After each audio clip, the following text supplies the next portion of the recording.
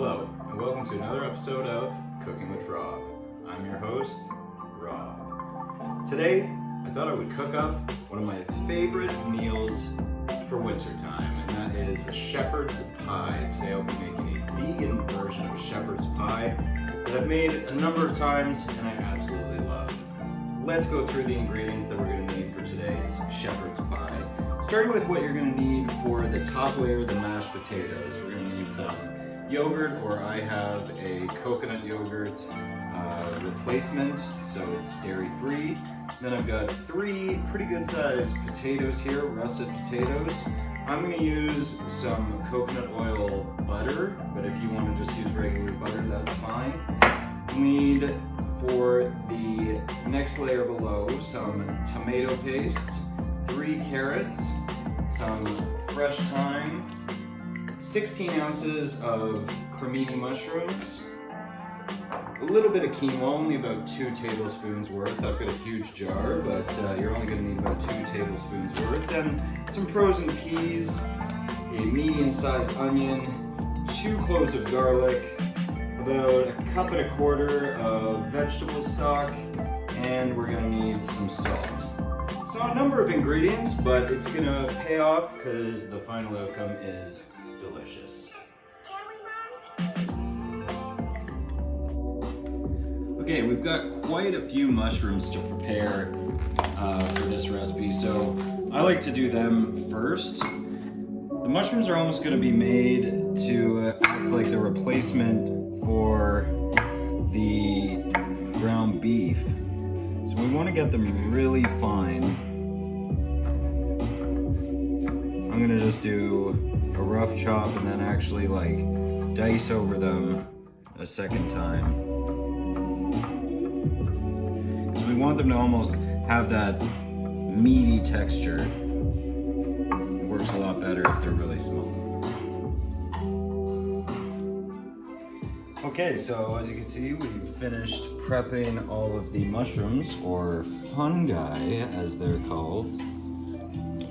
And you can see the texture here, very small bits. We're going for those small, chewy bits, and that's the best way you're gonna get a replication of kind of the texture of meat that you would find in a shepherd's pie. Moving on, the next thing I'm gonna do is set up a big pot of water to boil and get my potatoes boiling, because they're gonna need boiled for about 20-25 minutes to be soft enough to mash. While the water's boiling, peel your potatoes.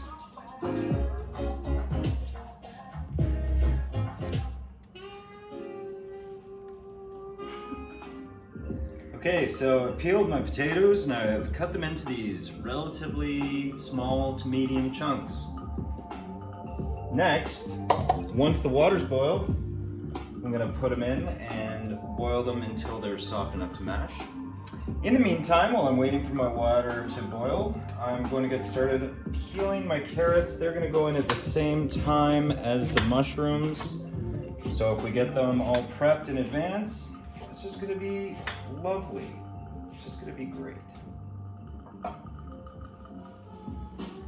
Okay, the potatoes are in. They've started boiling and cooking. I've set a timer for 20 minutes because that's roughly how long I think it's going to take. I'm just working on dicing these carrots, and I thought I would quickly mention that I like to get the carrots in this recipe really small. I don't know if you can see how small I'm getting these. This is because we're going to cook them in the pot with the mushrooms ahead of baking them in the oven. And you're supposed to cook them until tender. If you have larger chunks, that's going to take quite a while to achieve. So just to cut down on time, I'm gonna make them really small. Hopefully they tenderize a little quicker. Also, I just think really tiny carrots are pretty cute. Okay, a lot is happening. Those potatoes are still boiling. There's about 10 minutes left on them. I'm heating a pot on the stove with 3 tablespoons olive oil. I forgot to mention at the beginning, we're also using olive oil. Heat over medium heat. Next, we're gonna saute the onion. So I'm gonna dice that up, toss it in the pot, and get it cooking for about 5 to 7 minutes or until it's soft.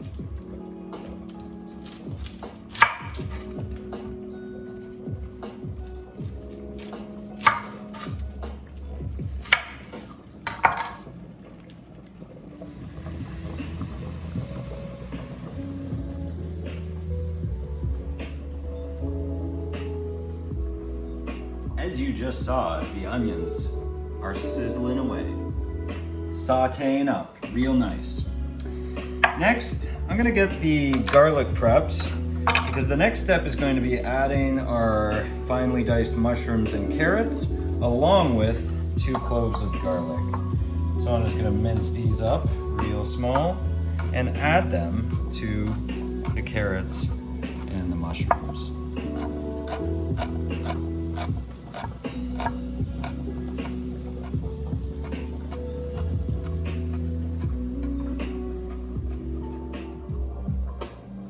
Hey, it's time to talk about thyme. You're gonna want to mince 1 tablespoon worth of thyme. It's okay if there's a little bit of stem in there. Just make sure that it's the green stem, not the brown stem. Mostly leaves though, as you can see. I'm gonna get about a tablespoon of that. And that's also gonna go in at the same time as the carrots, mushrooms, and garlic. I'd like to introduce you to my big bowl of veggies. And it's time to add them to those nicely clear, sauteed onions.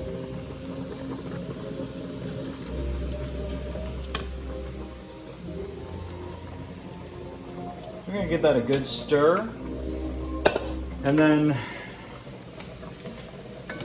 cook for a little while. I'd say I'd give it at least 10 minutes because I like to get the carrots a little bit softer, and you can check the carrots to get to a tenderness that you are okay with. Maybe add a little bit more water if you think it needs it, but as the mushrooms cook, they'll release water too, so it's probably fine. Ooh, steamy. Nice and steamy. And those potatoes are nice and soft. That means we can take them off and strain them. Careful for the steam.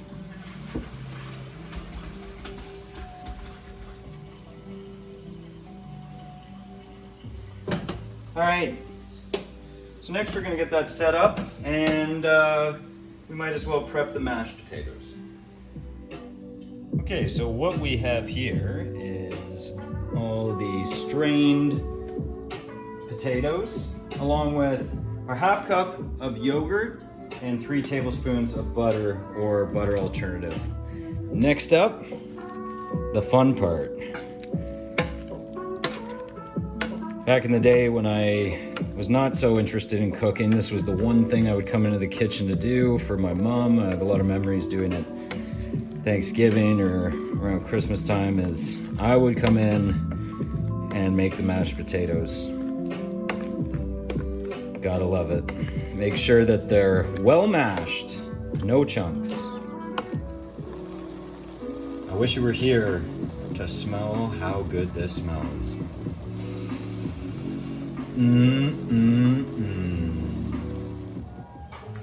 Do you hate wasting leftover tomato paste?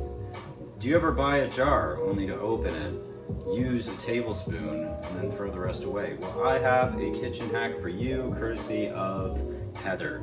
Heather realized that you could freeze tablespoon servings of the tomato paste in the freezer, and then, you can put them in a freezer bag if you want, or just scoop them right out, and then there's a tablespoon. There's 2 tablespoons that we'll need for this recipe. Let me go back to the freezer. At this point, we're also going to add the 1 1/4 cup vegetable stock, as well as the cup frozen peas.